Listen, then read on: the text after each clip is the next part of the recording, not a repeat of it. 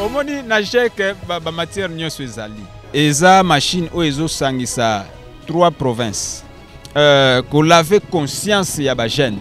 Jek ayaki pour que ameke mpe ko redresser makambu. Jek azalaka na sima mutute. Jek azalaka na sima communauté.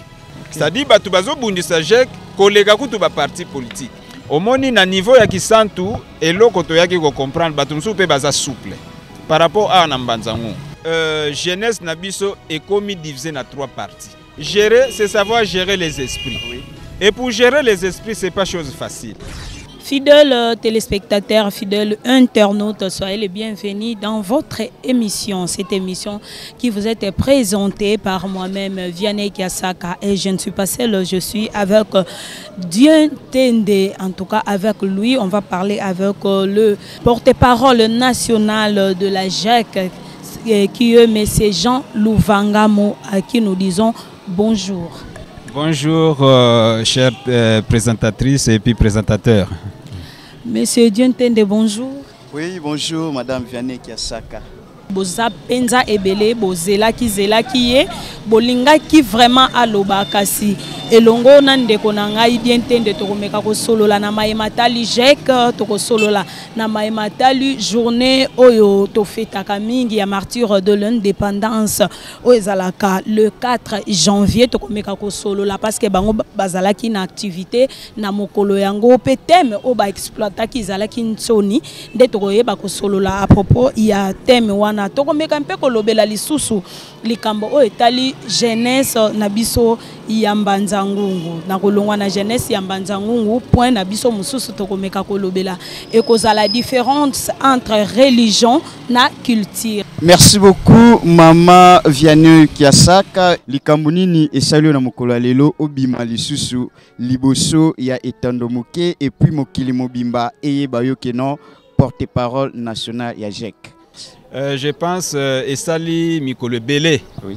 Tobi marasusu na ba médiaté et puis tozui ba reproche pe belé ba te belé bazoloba makambo belé mais finalement j'ai kango to éviter ezalaka wapi et opéraka tangu nini ba biloko nyonso wana yangwana lelo na yeko mona mieux vaut na bima na média pour que to meke mpe ko éclairer opinion. Oui. Pour que ba yeba j'ai que zanini j'ai que travailler à ndenge fonctionne à ndenge c'est pour cette raison bomoninga na bimi awa et surtout que la fois passée tozala qui na activité il y a le 4 janvier donc nyonso wana yango et pesi biso susu mpifo pour to leka na média pour que to meke un peu ko sokola image ya JEC. Merci beaucoup mais apparemment tout ça pe na ba du kito ba chef coutumier na kacha JEC to ndenge ni. Bon, omoni na JEC ba matière nyonso ezali. Do soko ye na JEC nyonso ko luka okozwango ba chef coutumier bazali, ba duki bazali, do ba race nyonso ko luka en tout cas okutango na JEC. Do biso tozalaka complet. Merci beaucoup, porte-parole national ya JEC, parce que nous avons nos définitions, il y a JEC et lobby jeunesse de l'espace Congo, il y a des définitions. Pourquoi Bakakawana JEC avec 3K, Elingi Koloba, Eza machine o ezo sangisa 3 provinces. Donc, tozui Congo central, Kaya Liboso Yangwana. Deuxième cas est à Kinshasa et puis troisième cas est à Kwango.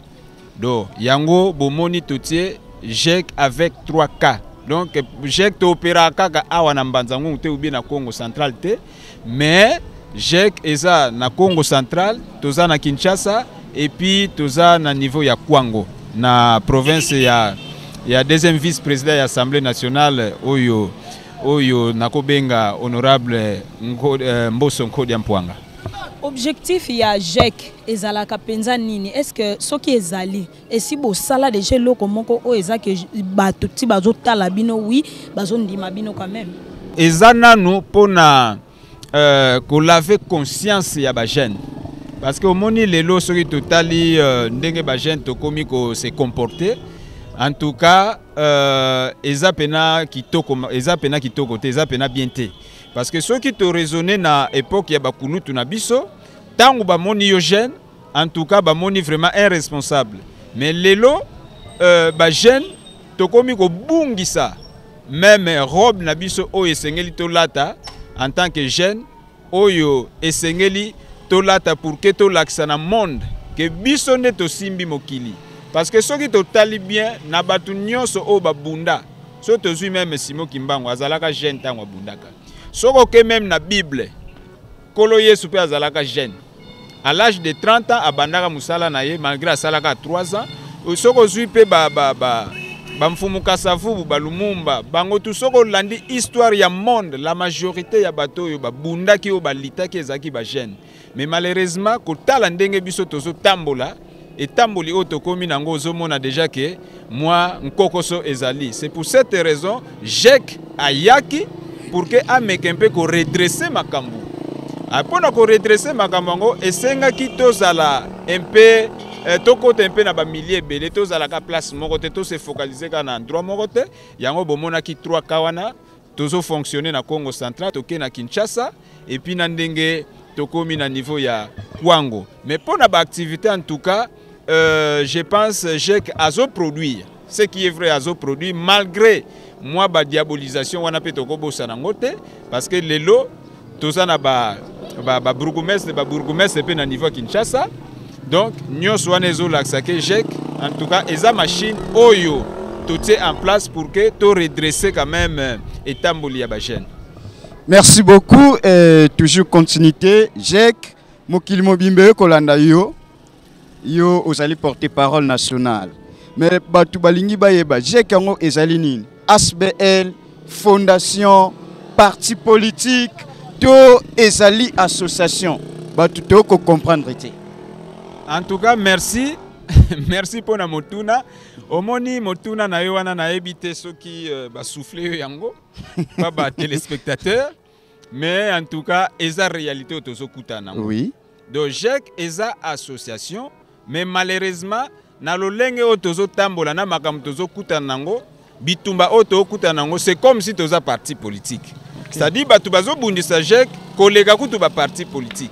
Donc Jek eza association eza parti politique te eza pe fondation te parce que moni lelo eloko zo boma biso ba fondation ebimi ebele. OK. Mais batu baye bakate pona kozala na fondation esengeli osala nini. Donc eza ba fondation moko na koloba auto vivre ba jour lelo ba fondation moko politisée. Oui. Soko tali action nini basali sur terrain. Oui. O pona ko sala fondation fozana na mbongo. Mais lelo tozomona batu bazo sala ba fondation ozana na mbongo te. Si vous avez un faux pesaka, ba aide faux pesaka, on peut s'en ndenge nini. Mais batu ba komi ko bomba manasi ma fondation pour na ko cacher visage politique na bango. Donc biso Jek eza ni parti politique ni fondation, mais toza simple association. Simple association. Merci beaucoup. Olu boko vibrer na mokili mobimba. Mais du moins biso na province a to bien oka beaucoup plus na ki centre. Mbanzango ça ne vibre pas. C'est quoi le problème pour Jek ici en Banzango? Loba par rapport à l'ampleur ya activité, peut-être ba activité auto sala na Kisantu et marqua beaucoup plus par rapport à activité ya Banzango. Omoni na niveau ya Kisantu et loko to yaki ko comprendre batumsu pe baza souple par rapport à Banzango.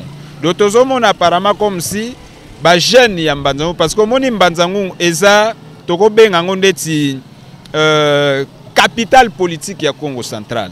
Nazo benga ngo capitale capitale politique ya Congo central na ndenge nini parce que soki totali makambo o itali même ba député Mbanzango aza na plus de nombre de sièges que ba territoire mususu yango tozo benga ngo ndeti capitale politique mais loko les capitale politique apparemment comme si ba jeune baza beaucoup plus affaibli baza beaucoup plus focaliser na apologie siko ya ba mbuta na biso bazo sala politique na niveau ya Mbanzango yango peut-être bozo mona ke soki biso to bimi parce que moni Jek le problème c'est quoi biso to kabolaka na mbongo te or lelo na monde ndenge makambo ezo tambola surtout biso na Congo po batu ba ya tambo sali activité soki bayogi na bango te ke no mwa mbongo moko esopani place wana mwa mukonzi moko akiti place wana en tout cas batu ba koya te.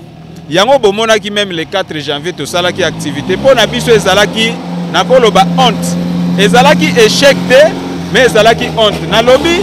Pourquoi na lobby ezalaki échec te? Parce que quand même batu bayaki ba o bazalaki wana 2 ou 3 quand même bazwaki quand même matière na bango, mais ezalaki honte na komona siko mwa nombre muke wana. Mais par rapport ya ba activité mususu elekaki na mbanzango batu bazalaki ebele, mais soko tali contenu ya ba activité o batu bakendelaki na par rapport ya contenu ya activité o biso to salaki ozomona écart ezalaki makasi.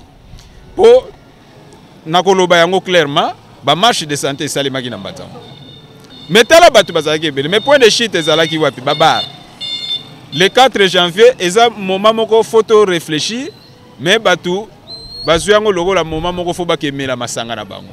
Oui to boyi te photo mela tozo vivre nanu, mais par rapport ya ancrage ya journango esengela ki to réfléchir. Et sika sikoyo to sangana ki poto réfléchir ezalaki na Sacré-Cœur les jours wango, mais malheureusement batu ba boyikoté. Mais pour na point wana na niveau mbanzango oui tozomona ba activité za un peu ya kolala batu baza pena motivé, mais nous ferons de notre mieux pour que to améliorer côté wana. Vraiment merci beaucoup. Tozo lobela likambo etali thème o bo exploitaki nazozonga kana makambo uto loba parce que moi question moko boye na bendi kuna likambo etali thème o bo exploitaki le 4 o ezalaki ntoni sikoyo ngana lingi na zonga na jeunesse yo uto lobela jeunesse ambazango. Est-ce que yo lobi bo bengaki batu baya sensibilisation ezalaki moki po batu ba répondre na ba invitation te ou comment avant to kende na question mususu? Est-ce que zaki manque à sensibilisation parce qu'il y a des jeunes ou baloba ki bazala ki informé? Est-ce que bobenga ki ba jeunes nyonso ba jeunes ba boyi ko ya to ezani? En tout cas sensibilisation mama ezalaki. Sensibilisation ezalaki mais ezandenge ya batu. Parce que ce to lobi to banda ko lobela makambo sensibilisation wana na ebité ni na ko loba sensibilisation ezalaki mais eza nature ya batu. Mais tozo bunda siko pour que to longo la nature wana. Yango ozomona ke toza toujours au four et au moulin. Lelo je pense na leki na média na bino na ba média na bino pour que to solo la pona likambango. Je crois que à travers bino tokoye ba même ko sokola même image ya JEC. Et puis aider les jeunes pour que baye ba rôle na bango izani na société ni ne sengé tout ça là et surtout na période où ezake toza na période de turbulence parce que totali très bien toza na période de turbulence kuna bakuluna ba déranger pai kuna na est guerre et pai makambo belé o ezo marché te siko ezo senga biso ba jeune conscience c'est ça là pour que toyeba ko épauler pe gouvernement congolais mais pour nous épauler, pour accompagner le gouvernement congolais. Et il faut conscience et ça là. Mais je crois que à travers l'émission Nabino Oyo, tu peux brosser situation. Pour que les jeunes aient conscience et une piste de solution. Oui, la piste de solution est ebele. Mais na lingi tout d'abord na brosser difficulté au tozanango. Au moins soki lelo tozana difficulté na jeunesse na biso. C'est parce que jeunesse Nabiso est commis divisé en 3 parties. Or, à l'époque, il y a Mbouta Nabiso, jeunesse ezalaki beaucoup plus focalisée sur l'aspect moko. Aspect ngozanin, eza aspect yaba jeune passionné. Mais lelo, même Mbouta Nabiso, yé ko créer des autres aspects, c'est-à-dire aspect yaba jeune jouisseur. Na ba jeune naïf. Sikoyo par rapport ya nombre, ya pourcentage. Ba jeune passionné baza mukie, ba jeune naïf na jouisseur bakomi belé. Alors mon esika minorité zali po obimisa mutu ezalaka facilité.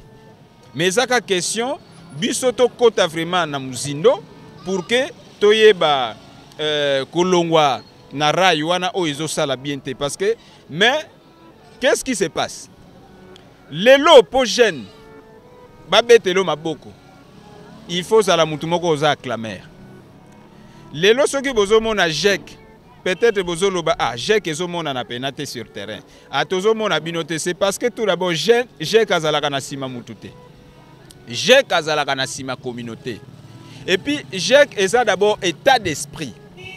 Donc GEC est dans un état d'esprit. Si vous avez un état d'esprit solide, maman au quoi fonctionner na GEC. C'est pour cette raison que toza mukie o tozo participer na activité ya GEC. Mais pour que jeunesse ango emeka kolongwa na calvaire o toza nango na turbulence o toza nango o tozo sibi, je pense eza tout d'abord ko interpeller bambuta na biso parce que bango ne ba créer ba kan wana. Po lelo ekomi soko ke na zongo okoyoka o eza millier ya mbuta kingandi. Soko ke na Christ roi attention awa eza intel mutu dominaka. Soko ke na kwemboye onom fumulutunu mutu dominaka. O na kalezalaki ndengwana te. Mbuta nyonso azalaki libre sika to akotia lokolo. Mais lelo bakomi divisé, ba jeune tokomi divisé. C'est-à-dire mais soki tokomi divisé pona nini? Parce que tozo landa mingi eza mbongo, misala ezate. Parce que lelo soki tozo mona wana eza ndeti faiblesse ya biso pe ba jeune. Aloko la bazana misala te. Nyonso loi nyonso biso toko imposer bango, bako landa biso parce que bazana bango na rien. Bazo kelela na bango. Mais biso siko ba jeune soki pe tolobi to kota toujours na philosophie oyo. Ya bango pe bambuta bazo memela biso eza mwa pasi. Siko pona kolongola maladi wana esengeli to interpeller siko yo. Bambuta na biso. Parce que soki lelo par exemple batu ya Christ roi. Bon, na lobi te ke conflit ezali. Mais ezaka exemple nazo zwa. Admettons que bato ya Christ roi bazo yokana te na bana zongo. Bango na Christ roi balobi biso awa mutu aprimaka eza mbuta kingandi. Abiso na zongo mutu bayokelaka toyokelaka pardon kingandi. Siko ekosenga le dembuta ya 2 milliers wana basangana. Bafandisa ba jeune balobi omoni par rapport ya conception o ya bino biso yango te tolingi parce que entre biso bambuta toza eloko moko tolingi pe bino ba jeune bozala eloko moko tolingi te jeune oyo soki aye na quartier oyo bomona eloko l'ennemi parce que ya zana sima ya mbuta boye. Donc solution ya makasi eza tout d'abord ya mwana. Et puis biso moko pe ba jeune photo yeba bambuta wana baza ndenge tolobaka na Kikongo titi ya muntie lukufi ezana. Il faut mituna pe. Lobi soki mbuto oyo ngai nazolanda na sima aza susu te. Lelo nazolanda ye peut-être azopesa nga mwa 100 francs. Mais lobi soki aza sute. Vi na nga ekoma ndenge nini. Donc nyonso wana eza babiloko il faut étourner na bani na biso mais solution ya liboso eza nde bambuta na biso bango nde ba réfléchir. Batika makambo ya ko diaboliser, OK koto diaboliser, ozoki koto diaboliser, voilà un peu loko solution nga na kopesa. Merci beaucoup et porte-parole nationale Oyozali. Apparemment, entre oui ou non, est-ce que ba responsable ya Jack Mbanzangungu Bazali? Oui, ba responsable ya Jack Mbanzangungu Bazali. C'est que bazana état d'esprit parce que Mbanzangungu eza kolala. Ou akize bango ndetika bazana état d'esprit pour na otam sa Jack ou bien bazana ba irresponsabilité. Non, na lobby état d'esprit bango ezali. Parce que omoni gérer c'est savoir gérer les esprits. Oui. Et pour gérer les esprits c'est pas chose facile. Et surtout na milliers ndeti o ya Mbanzangungu. Po milliers ya Mbanzangungu ba conflit eza makasi koleka même ba milliers mususu. Et loko photo yeba yango. Bazana bango bazo ko interpeller. Mais je pense na dossier oyo toko tikela kaka ba responsable ya Jack Mbanzangungu te.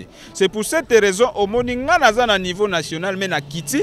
Parce que activité oyo c'était prévu les na Kinshasa na ba chaîne Kini. Mais nga na lobi te Mbanzangungu départ ya Jack ezalaki Mbanzangungu. Siège national ya Jack ezana Mbanzangungu. D'où biso il faut to mettre un peu kota dossier ya ba responsable ya Mbanzangungu ya Jack Mbanzangungu pour que to basale logoté. Non, bazo sala bazo bunda. To lobite que bazo sala logoté bazo bunda. Oui. Mais le problème c'est que eza pota moko ezo senga il faut ko guérir yango. Siko pona ko guérir yango ezo senga méthode moko na bango ba responsable territoriaux na biso toza na niveau national to sangana pour que toyeba ko guérir pota wana. Association ezali fondée par qui et puis est-ce que bozali na slogan o ezo sala ke non entre bino il faut vraiment évolution ezala bobunga na kati slogan wana te. Te omoni sikoyo biso na niveau ya JEC. je pense slogan na biso ezalaka mingi mingi nsoni. Parce que na kati ya nsoni toza na ba valeur ebele. Tozaka na ba valeur ebele. C'est pour cette raison boyaki komona même toye kosalela ngo thème de l'année, je crois que tokokota na nini wana par rapport ya nini. Mais fondateur nango eza coordonnateur Rodrigue Kilonga, mais aza ye moko te parce que omoni idée ebandaka na mutu moko. Parce que boko fanda place moko boye bino nyonso boko banda idée mbala moko te ezalaka toujours na mutu moko bandaka be nga na moni to créer moi kimpa moko boye do mutu abandaka masolo eza Rodrigue Kilonga. Est-ce que existera toujours?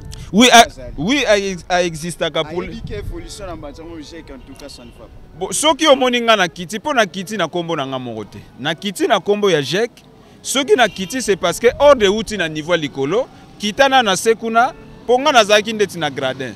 Mais chef alobino kotana na vestiaire, mekana kosola na bana ngo pour que okota na terrain, o mekempe ko régler ba biloko mususu. Merci beaucoup nayebi ke boza ebele bozolanda biso de partout kasi tokosenga na bino pe bobo sunga bandeko na bino basala mosala encore plus ezala ya malamu bo s'abonner na ba chaîne YouTube na biso ezali MC Pro TV pe CKC TV ekozala malamu mingi pona ko soutenir misala o biso tozo sala porte-parole nationale tozongi na thème o ezala ki exploité le 4 janvier. Les journée moko to célébrer la martyre de l'indépendance. Tolingi toyeba pourquoi Ntsoni? Est-ce que tokoki kozwa explication na Ntsoni? Ntsoni wana eza na langue nini? Ntsoni eza na Kikongo. Na français tokobenga ngo honte. Na lingala tokobenga ngo soni. Mais biso to na Kikongo to te en liboso yango ezo sonné Ntsoni. Mais na lingi mpe na limbola par rapport ya thème yango ya ne. Pourquoi Ntsoni? Biso toza tout d'abord ba Congo. Toza ba Congo. Et puis biso ba Congo tozalaka na culture na biso. Non seulement biso ba Congo, même en Afrique en général. Ce qui totali très bien. Tozalaka na façon na biso ya ko se comporter ya ko mema makambo. Mais Ntsoni wana eza na des aspects po na biso. Aspect ya liboso eza aspect positif, aspect mususu eza aspect négatif. Donc Ntsoni wana to utiliser kango na aspect positif na ndenge nini? Parce que pokaka lelo tokomi ko bungisa ba nakolo ba valeur na biso Congo. Tokomi ko niata ba valeur na biso Congo. Et surtout que lelo ba église de réveil bolimbisa ngai ndenge bimi susu ebele ba valeur na biso tokomi ko zwango lokola kindoki moko boye lokola sorcellerie. Mais Ntsoni, du point de vue sur le plan positif, et là qui s'inine. Biso nakala, je crois que papa na biso nakala ezalaki po okuta na mabokilo soki ozotambola homoni déjà mabokilo na musika okokota zamba. Yango de bengi Ntsoni wana eza aspect positif. C'est-à-dire okokuta na mabokilo pamba pamba te. Mais na génération oya biso au mona pena mabokilo pena ba beta na bango ta na bo fils na yeba biloko ndengwana ona kala ba biloko wana ezalaki te. Donc pour na biso ezalaki Ntsoni to banai ko utiliser malgré mbatu mususu bakoloba bino ba Kongo boza ba yuma ndenge nino zobanga mabokilo. Mais biso Ntsoni wana to banai ko utiliser ngo eza pona ko se faire respecter. Mais batu ba mona ngo kaka mabe a bino en tout cas boza maele te. Mais so to continue aspect négatif. Pourquoi Ntsoni? Le 4 janvier to salaki évaluation. Donc le 4 janvier zalaki journée moko juste pour to sala évaluation. Depuis batu bangulu na biso wana bakufa. Ti lelo nini biso to sali na Congo central. To lobila na Congo central parce que activité et salemaki na Congo central et ce qui peut to tiaki Ntsoni wana parce que to zalaki beaucoup plus focalisé na culture na biso ya Congo central. Soit na politique na biso ya Congo central. Tozoyoka soni pardon bolimbisanga na loba tozoyoka soni par rapport ya ndenge tozomona makambo ezotambola. Parce que évaluation wana il fallait to se poser ba mituna. Congo central eza parmi les provinces phares ya mboka na biso. Lelo soki totali na ba média ebele. Okomona chaque province ezo sala évaluation. Ezo laksa koto ya ba infrastructure biso to sali boyi. côté ya kotonga soki babiloko bo soki ya ko engager biso to sali boy mais tozo ko se poser ba question biso siko na Congo central 5 ans eleki to sali nini o biso photo présenter na média oyo et ko rendre biso fier do yango to lobby déjà nsoni eza soni siko pona biso na aspect négatif parce que tozo produire te tozo construire te yango to lobaki nsoni et faut à la thème de l'année pour que tu aies l'évaluation na biso ba jeune totala nini déjà to sali kota la côté de outina esika to komi ni déjà to produit nini tozo prévoir ko sala côté pe tozo kende. Merci beaucoup.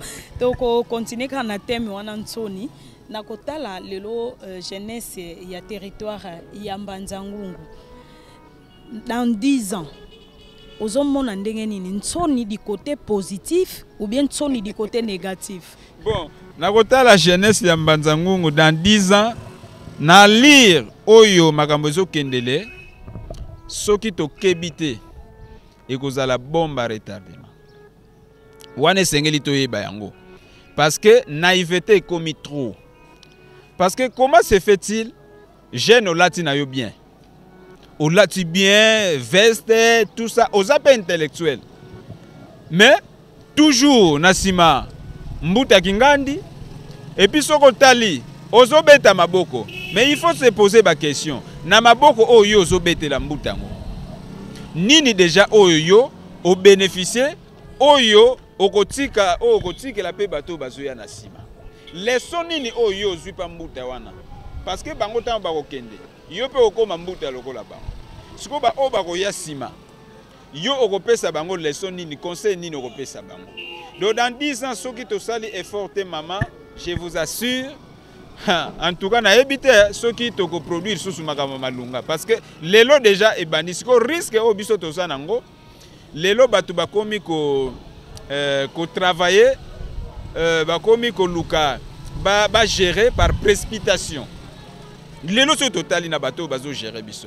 Do bazo gérer par précipitation, ta na yena no kokite. Ouverture na yena no azana ouverture mon côté, mais azo luka ako makaka place wana pour que asala oyo yi azo mona fo esengela sala. C'est ça aussi le plus grand problème. Donc batutoza sous patienter, donc c'est-à-dire imprécision ezali. Oh, il faut être précis na likambu parce que soki oza précité oko produit na yo eloko malunga te. Yango ezo boma jeunesse na biso imprécision ezali même pas bambuta na biso pe imprécision ezali mais soki kaka to continuer na liro yo surtout bambuta na biso bango biso tozo benda matoi parce que eza pe makambo ebele biso to vivre soki to par exemple GECOP la fois passée le 4 janvier botika na Sabino malgré na kotanga ba kombote comment se fait-il biso to pesi information pour poser une question Batu baya kite, est-ce que zaki par manque ya mobilisation tondenge nini? Mais maman to sala ki me ba invitation, imaginez bambute belé pe to invita ki. To pesi bango information. Mais information biso to pesa ki ezala ki na cadre te yako lele la bango, mais ezaki na cadre ba ya to sala échange d'idées entre bango na biso totala et sikani nezo boite. Mais au pesi muto information mbuta muso au pesi information ya talibabi ah eza activité ya bien na landi en tout cas eza idée ya bien dans ce cas sal bo futa te ngamoko fona futa o mususu alobi non bato ba uti musika bo tia bango na hotel Kingandi na kotanga kombo te pona osala publicité na bango te po awa bozui droit na te ya publicité mo na tanga ba kombo na ezate imaginez et puis le pire encore. Imaginez mbuta yebse bo passer ngana no gérant ya hôtel wana. To passer PA ba solo ya bien en tout cas loger bango ngamoko na kofuta. Biso to yebi kaka ba yokani. Mais après quelques jours ba appelle les bandits na gérant. Abi oh mais makambu na bino koto esimbite batongo mutongo en tout cas to solo la ki akangi ku to téléphone. Ezo simba sute. Ozui muto sal to koma les jours ngo boye. Oh benga boya lingi suko yambate. Oh biso to senga kite. Donc nyonso wana eza façon moko ya ko affaiblir biso. Mais biso pe en tout cas to lobaki kaka na ba 100 francs auto ganyaka tozo bunda jusqu'à ce que parce que moni lelo bo ça l'expérience bo lukaka bambuta na biso bimisaka kombo ya JEC akobeto mbata. Bokoma politique non? Non tokoma politique te. Bokoma politique. Non nazo loba bozela na expliquer. Parce que ce qui est zalaki tokoma biso toza société civile. Au société civile, ce qui a monnaie l'eau que marché te fois téléma. Bino ni déjà au télémela, ni déjà au télémela. Bon, ni déjà au télémela, peut-être au yébité. Peut-être au yébité, mais comportement au iso legandé na niveau ya Congo central. Par rapport ya comportement bambuta na biso parce que bambuta baza censé bambuta basé les faux lobat. Non non, tozana média. Ba précision ya bambuta nini. Nazo loba en général parce que oh tozana média na lingite naza journaliste wana eza piège nde tozo tiela ngai en tout cas place wana ko ngate mais esika bazali bazomi yeba na bango soki nani bazo eza ndeti libanga na molili nazo bwaka. Oui. Oyo akoganga aiseke zaye. Mais imaginez lelo ekomi kaka soki par exemple liste moko ekoko ta place moko po ba promouvoir ndeti ba jeune.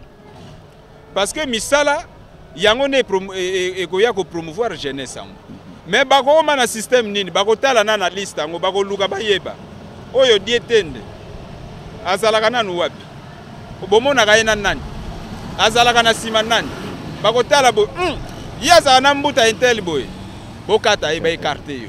Donc ekomi système ya diabolisation. Sko biso yango tozo telemela diabolisation. C'est pour cette raison que telemela wana biso elekaka na ba activité to organisaka. C'est pour cette raison na activité elekaka na kisantu tangu tozaka na congrès na ebite soko zalaka. Ngamu nazalaka na modération. Na machaka ba mote na lobaka nini? Ba autorité belé bayaka. Président de l'Assemblée provinciale nationale pardon à l'époque, Mbosonko Diazala, ba Mutambachi Bazala, en tout cas ba Kontebele bayaka. Mais na lobaka nini, na lobby na ibsaka bango moni ndenge batanda miwana. Biso toza sima na bango te mais bango baza sima na biso. Tant que boza na rien. Bon, toza na rien. Non, toko lobate que toza na rien. Toza na eloko parce que nyonso ebandaka na idée. Parce que même mbongo pona ko salango, faut ko banda quelque part, faut zana na idée.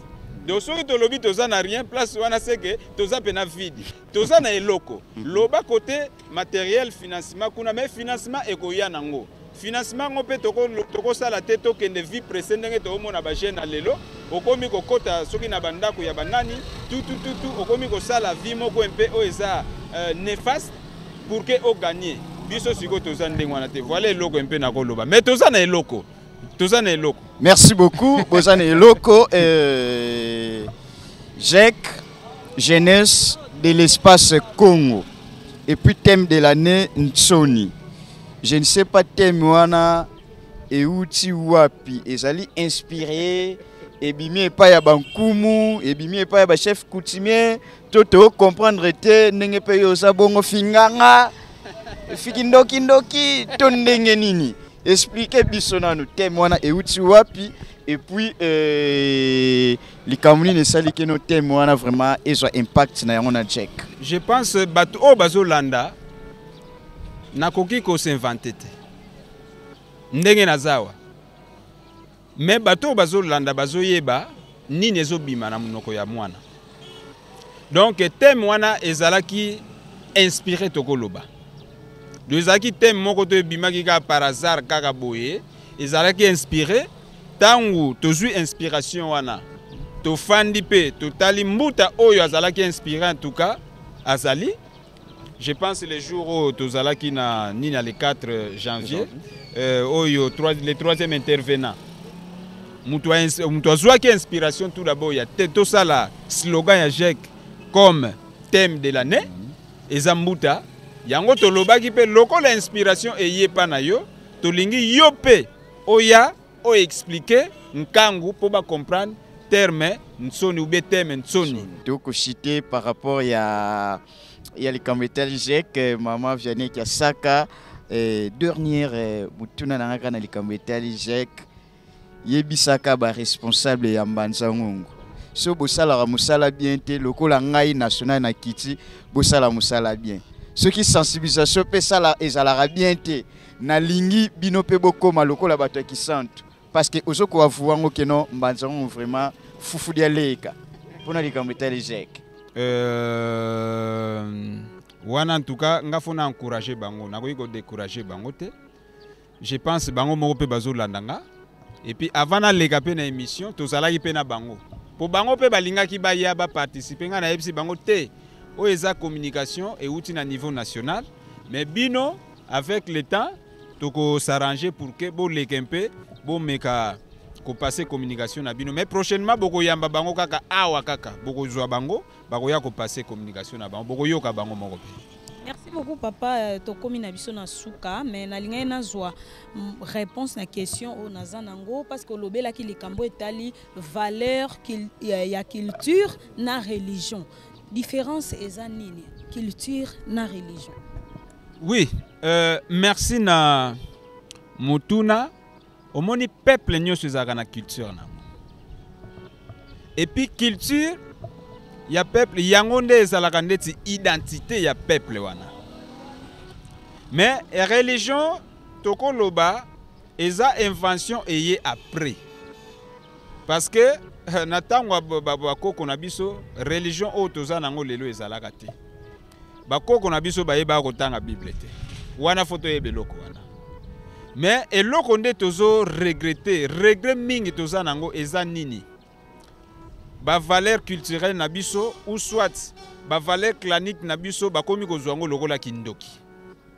Or na Bible ye moko nanu soko koti na Bible nakopesa ba verset biblique nakotanga te parce que toza na église te mais nakopesa ka juste ba référence lelo ekomi soki par exemple omeki ko orienter mutu par rapport ya ba valeur clanique na biso ebimi kindoki.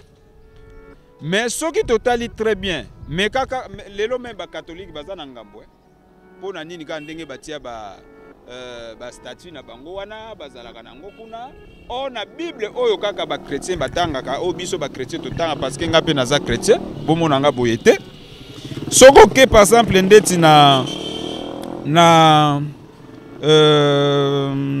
nombre voilà na nombre 21 verset 8 tina 9 bana Israël basalaka ba erreur na ba erreur o bango basalaka nzamba yaka ko punir bango et puis babanda ko swa bango pa banyoka mais nzamba yebisi Moïse alobi Moïse sala ekeko o bazana Bible lingala bakotanga sala ekeko telimisango place moko boye mutu nyonso bako swa pa nyoka isifi atala kaka ekeko wana abiki mais biso lelo mekaka ko sala eloko wana obimi ndoki ozwi Moïse apasola mai kaka na kan parce que lelo même kan oyo ekomi problème pour na biso soki ka ba monio na kan balobi ça c'est la sorcellerie donc ba église de rêve na biso ekomi komeme na biso ba problème mais nyonso wana susu soki makambo ezokoma boy parce que ba chef coutumier bango bazala ba chef de terre c'est parce que laisser aller pe komi pe pa na bango mais soki laisser aller ekoti pe pa na bango c'est parce que bakomi pe corrompu bakomi très corrompu mabele ezotekama na façon moko lelo nazo regretter soki kaka bozo kenendeti na Kinshasa ozo kende kisante oleki kukutuna mama tala bamboka wane landani banzeta safu ezo kauka dans les vides siko banzeta safu ngo ezo kauka il faut se poser des questions mais maladie o ezo uta wapi mais nyonso wana eza ba conséquences ya kozanga ko respecter ba coutume na biso na église bango moko na balobi Yesu tangwa yaka ba poser question oye kolongola oyo kuti to ndenge nini mais Yesu alobaka ni abinga na ye kolongola te mais na ye ko accomplir ce qui signifie c'est-à-dire ye aye akosala par na ye mais oyo pe bino bosalaki eza mabete mais ngape na ye na version na ngai oyo tokoki ko o bino pe bokoki kolanda mais elingi koloba te ke ba valeur clanique na biso eza mabe parce que soki toke même na makambo tokota na ndeti na makambo libala mama awa soki yo lingo bala je pense c'est ngana des familles fan parce que même religion eza na se ya coutume eloko wana photo yeba yango sans coutume religion ekofanda te pourquoi nazoloba ndengwana po tozalaka na mariage coutumier mariage civil na religieux na ebité soki nazoko se tromper tozala na trois mariages mais pour église à intervenir ou bien même l'État avant à intervenir et c'est nous coutume et primé parce que sur beaucoup état civil bakotuna bino est-ce que les deux familles boyokanaki est-ce que bondimaki bomelaki bongo siko l'État kozwa ndingisa soki asali soki a confirmé babiloko bongo église akoya na sima na suka. Mais lelo mama bimaka na likasu na nsamba liaka ka likasu boye babano loba bino oyo o kindoki oyo bokoko. Mais ngai je vous dis clairement na libala oyo ngai na facture bakatelanga pe makasu. Et puis na ba facture bakataka oyo ba famille etiaka ba précisaka te mwana na biso aza chrétienne ou bien aza boye boye basalaka facture pour na batu nyonso. Mais lelo ekomi na facture otie likasu babeti maboko na ba pasteur. Mais même mutu wana kaka oyo babali ou soit oyo abali soka lieka likasu boye ekomi problème. Donc quelque part ba église de réveil pe ezosunga biso te.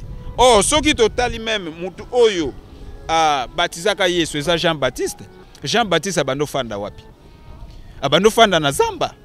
Lelo mama ngandenge kana zaboye isifika nazo ata poswa nyama na tiawa.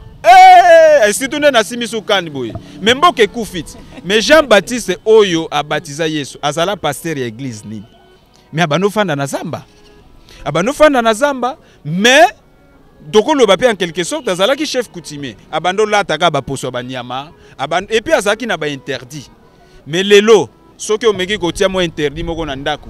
Mutu wana koti bakisi. Mutu wana komo sala boye. Mais on a Bible soko ke à partir voilà soko ke na Matthieu 3 verset 4 bandeko bazolanda bakotanga côté bazali po atoye na église te bo limbisanga vraiment soki botangi bokomona ba interdit ndenge ezalaki même ye moko Jean-Baptiste babiloko akoke koliate soko kepe na Lévitique 11 de 1 jusqu'à 17 okotanga kuno komona ba interdit mais biso na bandako na biso mais kaka ko interdire moi si ko sala boete yo nazo mono clarté c'est ko koti déjà bandako c'est que yo koti déjà na magie yangwana siko na ko senga pa bandeko na biso ya ba église en tout cas bo meka ko sunga biso. Parce que façon oyo bozo memela makambu en tout cas eza normalité wana eza ndeti bozo ko empiéter parce que eloko mère bolim sanga pona lobaka naza journaliste yango bozo mona nazo loba po matière eza belé donc soki les loba église comme belé tout ça là na une évaluation na époque ya bakoko na biso ba église ezalaki te bande ko na ngai liwa ezalaki te lokola lelo. Na kalezalaki soki mutu akufi. Soki mutu akufi en tout cas, il faut chef de famille azala mal à l'aise. Akomi tuna mais mutu yakufi ndenge nini? Mutu abeli ndenge nini? Makambo ewuti wapi? Mais lelo soki ka mutu akufi. Bato église tan bakoya mes condoléances eza makambo yake eza nzela ya biso nyonso. Phrase yango naka ekoma ko renier. Et puis ba église ekome belé, liwa pe ekome belé. Et puis eloko mususu pe onga nazo regretter. Bakoya ko yebso ke bon tala et puis imaginez ndenge babundisaka diable chaque jour babundisaka diable okomona 10 églises sali 10 batumbaka diable azikaka te siko bango bako comprendre que diable akokufa na ba prière te mais soki toke na kati ya bokoko na biso na ba valeur clanique na biso il y a toute une formule eza na ba formule ebele pona ko mettre fin na musala ya diabolisation. Mais malheureusement ba église ezosunga bisote mais je crois que prochainement je pense toko zonga poto lobelaka uniquement tellement poto soki to lobi to fongola pena to ketina suka papa maman en tout cas maman papa kozala pasi. Donc, comme presque na souka, il y a émission na biso, très chers fidèles téléspectateurs, toujours rappelé maïto solo laki, to solo laki na matali thème oyo ezalaki exploité le 4 janvier, auto célébrer la martyre de l'indépendance Nsoni, to meka kempe ko lobela lisusu conscience ya jeunesse na biso surtout ya territoire ya Mbanzangungu, to meka pe ko solo la na matali jek pe misala ya jek, misala ya malamu ya jek. Peto sukisi na maematali religion na culture. En tout cas, to komi na biso na suka porte-parole nationale ya JEC, monsieur Jean Louvanga, merci beaucoup. Na ndenge opesi biso mwanda ya ngonga na yo.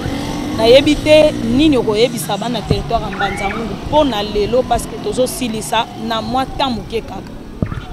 Eloko na koloba pa bandeko na biso ya territoire ya Mbanzangungu en particulier et puis il y a Congo central en général.